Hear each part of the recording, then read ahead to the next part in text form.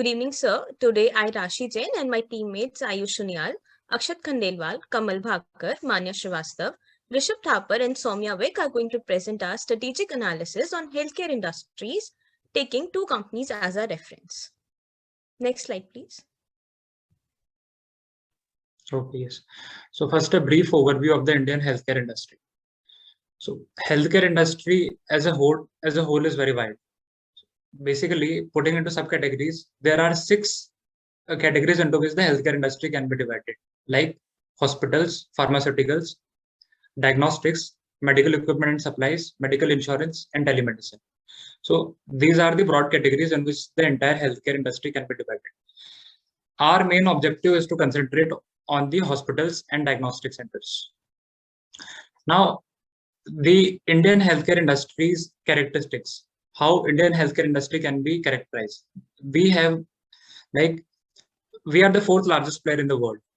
Our labor force workforce, that is more than 6 lakh, is the workforce that Indian healthcare industry has. That is the fourth largest in the world. The growth prospects, it is expected that India is to grow with more than 10% for the coming 2 decades. So that is the kind of growth prospects we have in our country. As far as the favorable investment environment, lots of FDIs are being coming in. For the past 15 years, more than $30 billion of FDIs India has seen. So, and most importantly, it is a cheap market. Surgery in India is costing around 1/10 that of the surgery in US and European countries. So this is the basic attribute of the Indian markets. Now, the classifications of the industry, like the hospitals. Hospitals are broadly in public and private. Public hospitals are the government hospitals, like the dispensary centers. They take care of the entire market, like from the villages, the towns, and major cities. Private hospitals are into everywhere. Private hospitals forms the major portion of the industry. They include the top tier private hospitals in the top tier cities. Pharmaceuticals is the entire medicine industry, where we manufacture, extraction, everything of medicines is happening. The diagnostics, like India, as per the data tells, around in November 2021 till we have provided more than 120 crore of the COVID vaccines. So those diagnostic centers, be it the Serum Institute or the Covishield and Covaxin, are the major these things being currently manufactured, produced only in India. Yeah, Rashi will take over. Next is medical equipments and supplies. It includes establishment of primary manufacturing medical equipments and supplies. Medical insurance. It includes health insurance and medical reimbursement facility covering an individual's hospitalization expenses, which can incur due to sickness or an accident. Next is telemedicine. It has enormous potential in meeting the challenges of healthcare delivery to rural and remote areas. Telemedicine is the remote delivery of healthcare services over the telecommunications infrastructure. It allows healthcare providers to evaluate, diagnose, and treat patients without the need for an in-person visit. Next slide. Now, these are a few statistics about the current Indian healthcare industry and how we have grown for the past 15-20 years. Now, seeing the industry size, we will start with the industry size. For the data of the past 10 years, how it happened. Like, we were an industry of around $100 billion in 2013-14, and currently we stand at around $400 billion. So this is the kind of growth we have seen with the CAGR of in the market of 17.69%. So now the government healthcare expenditure, how government sees this. Government is targeting to spend around 2.5% of the GDP allot only to the healthcare. And in return, what has healthcare given to the GDP? Healthcare has given a share of about 20% to the GDP in return. So this is the growth prospect that healthcare sees in our country. Like by 2025, yes, the government is planning to spend about 2.5%. Currently, as we can see, in 2014, we were sharing around 1%. From there, it is continuously growing because the government sees the potential. Plus, ours is currently a country of more than 140 crores. So the kind of healthcare prospects which we have, people are looking forward to more facilities, to incur more facilities, longer life efficiencies, and things are growing. So it is a great market for FDI investments. So the next graph is about the FDI. This $27.74 billion has been the foreign direct investment flows in our country for the past 20 years total. And we have particularly divided into three subcategories, that is drug and pharmaceuticals, hospitals and diagnostic, and medical and surgical appliances. So the hospital and diagnostic around $7.4 billion of the $27 billion, that is around 25% of the FDI have been invested in the hospital and diagnostic centers, which currently are increasing after the COVID crisis happened. The major portions is being shared by drugs and pharmaceuticals. So this is the current statistics and graphics of the Indian healthcare industry, which is happening. Now, a few basic points, like the government of India, two vaccines, which are these Bharat Biotech's Covaxin and Oxford AstraZeneca. So the government has provided a great funding to these. Now, the number of allopathic doctors that have increased in India by a great amount. Like in 2010, there were around 0.83 million doctors, and currently around 1.5 million is the strength. So this is how the industry is growing, and by far the statistics go. Now further, we have more integrated and concentrated on the hospital industry. So with this, we further move on. Yes, the next slide.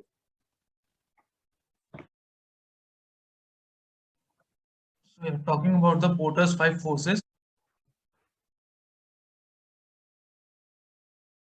So talking about the threat of substitutes, the customer can go to the inexpensive government hospital since there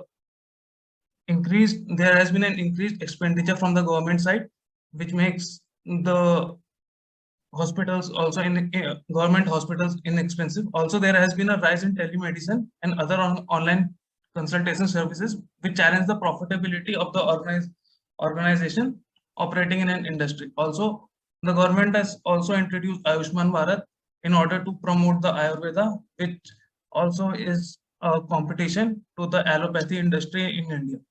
Secondly, threat of new entrant. The industry has seen various private hospitals competing with the existing players such as the Apollos and the Fortis, particularly in the tier 2 and the tier 3 cities.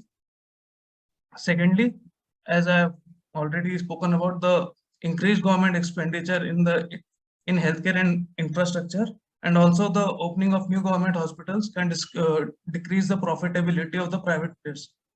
So third is competitive rivalry.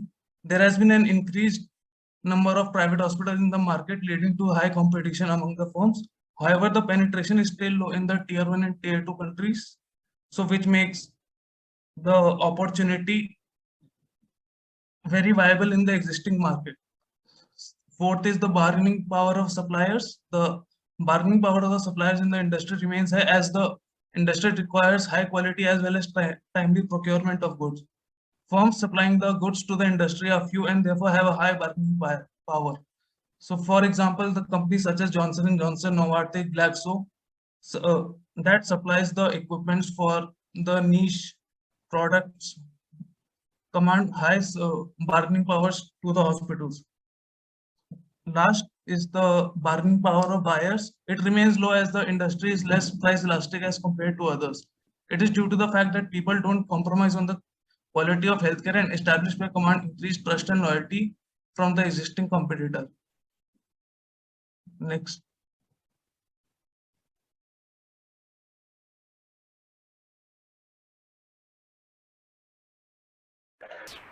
So now we'll talk about the examples that are pioneers in the healthcare industry, especially in India. Now, switch back to the next slide, please. Oh, previous slide, please. So yes, initially we'll talk about Cipla. We'll provide an overview that will help us understand more about the company. Now, Cipla was founded in 1935 and is a multinational pharmaceutical company headquartered in Mumbai, India. It is a pioneer in the lung healthcare industry and has been one of the leading providers of medicines for the lung infections. Now, Cipla has its presence in more than 110 countries, including US, Europe, Australia, Sri Lanka, South Africa, and other emerging countries, as you can see. It provides over 1,500 products across numerous therapeutic categories in more than 50 dosage forms. as of early 2021, the company has more than 25,000 employees across 46 state-of-the-art manufacturing facilities.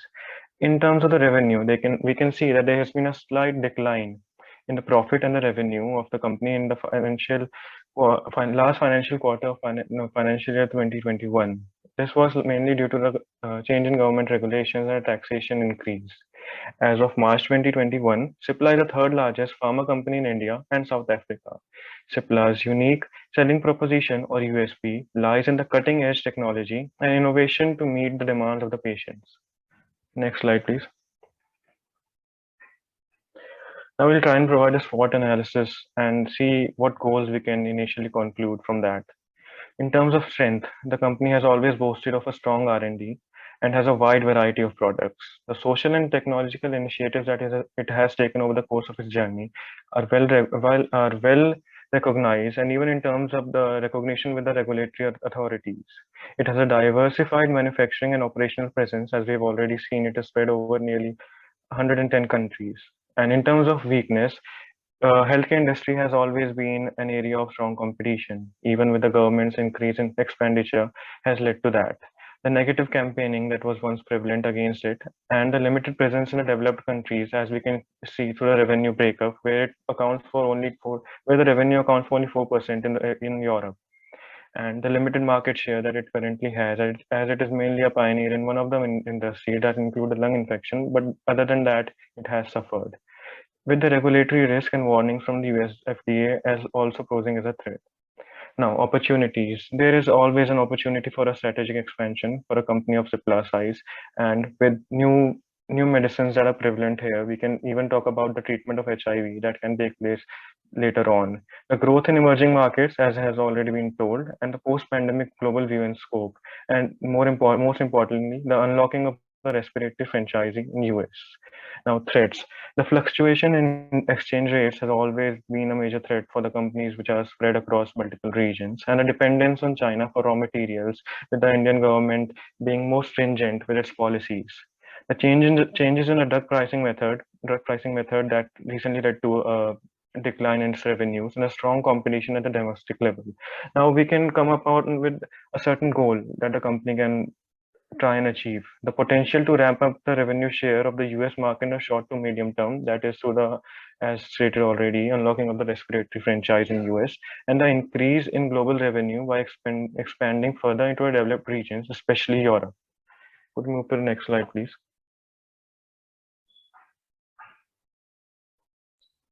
Okay, so moving on to the pestle analysis. A pestle analysis studies the key external factors that influence an organization. It can be used in a range of different scenarios and can guide professionals and other senior managers in strategic decision-making.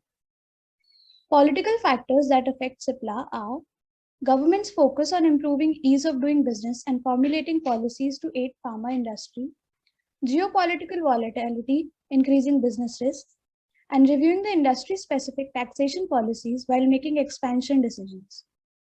Economical factors are global medicine market is projected to grow at 3 to 6% annually, and fluctuations in the exchange rate can affect business profitability. Social factors are building direct patient connect or B2C with increasing digital adoption and inability to adapt to the product or service offerings according to local cultural traditions can cause serious harm to the business. Next slide, please. Technological factors that affect Cipla are digital transformation strategy to fuel business growth, and pharmacovigilance system to detect and assess any adverse effects. Legal factors are increasingly evolving global regulatory environment and establishing robust enterprise risk management or ERM framework. Environmental factors that affect Cipla are as follows: strong focus on environment, health and safety or EHS and sustainability, leveraging renewable energy and agricultural waste. Next slide, please. Now we come on to Dr. Reddy's laboratories overview. Dr. Reddy began as an active pharmaceutical ingredients API manufacturer in 1984, producing high quality APIs for the Indian domestic market.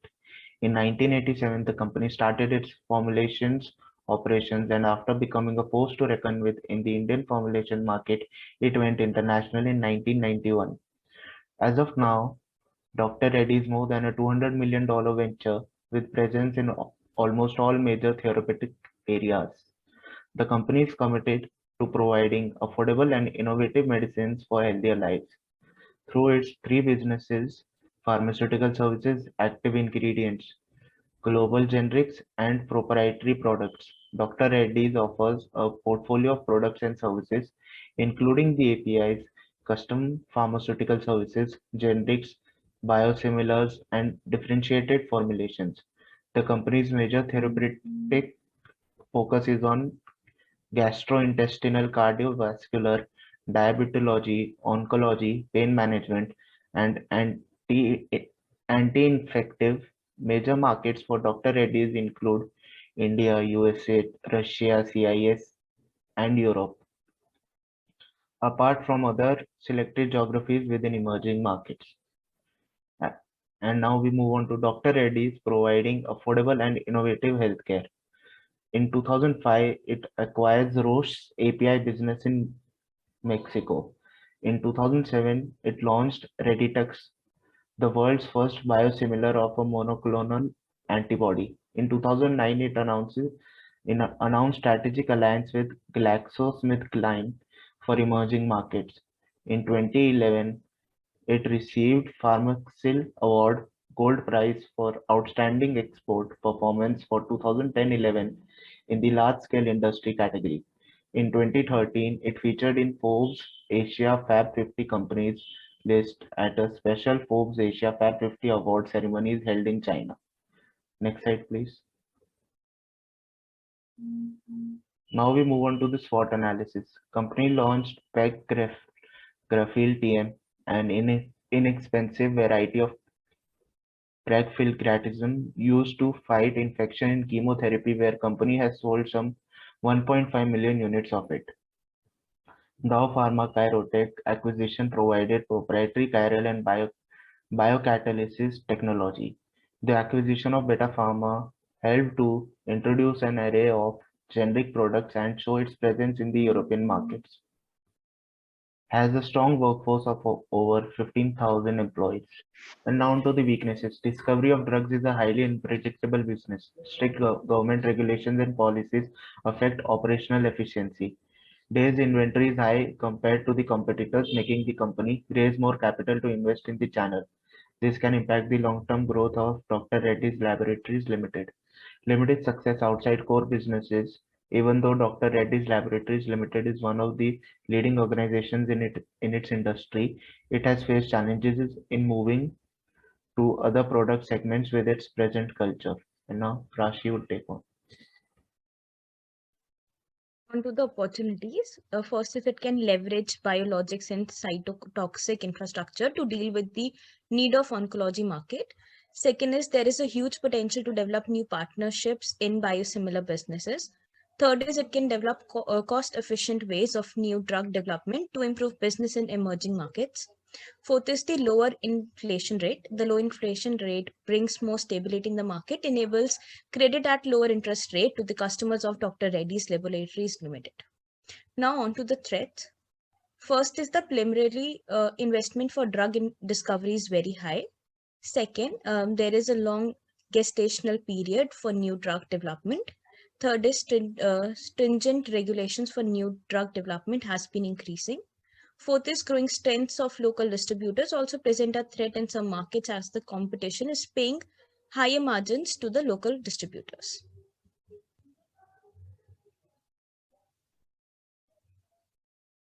Next slide. Now we will talk about the pest analysis. Political factors that impact Dr. Reddy's Laboratory Limited, political stability and importance of drug manufacturers, bureaucracy and interference in drug manufacturers. Economic factors that impact Dr. Reddy's labs, types of economic system in countries of operation, what type of economic system there is and how stable it is. Comparative advantages of host country and healthcare sector in particular country. Social factors, class structure, hierarchy, and power structure in the society. Education level as well as education standard in the Dr. Reddy's Labs Limited industry. Technological factors that impact Dr. Reddy's labs. A firm should not only do technological analysis of the industry, but also the speed at which technology disturbs that industry. Recent technological developments by Dr. Reddy Labs Limited competitors. Legal factors that impact Dr. Reddy's labs. Antitrust law in drug manufacturers, other industry, and overall in the country. Copyright, patents, intellectual property law. Environmental factors that impact Dr. Reddy's labs. Air and water pollution, regulation in drug manufacturers, attitude towards green or ecological products.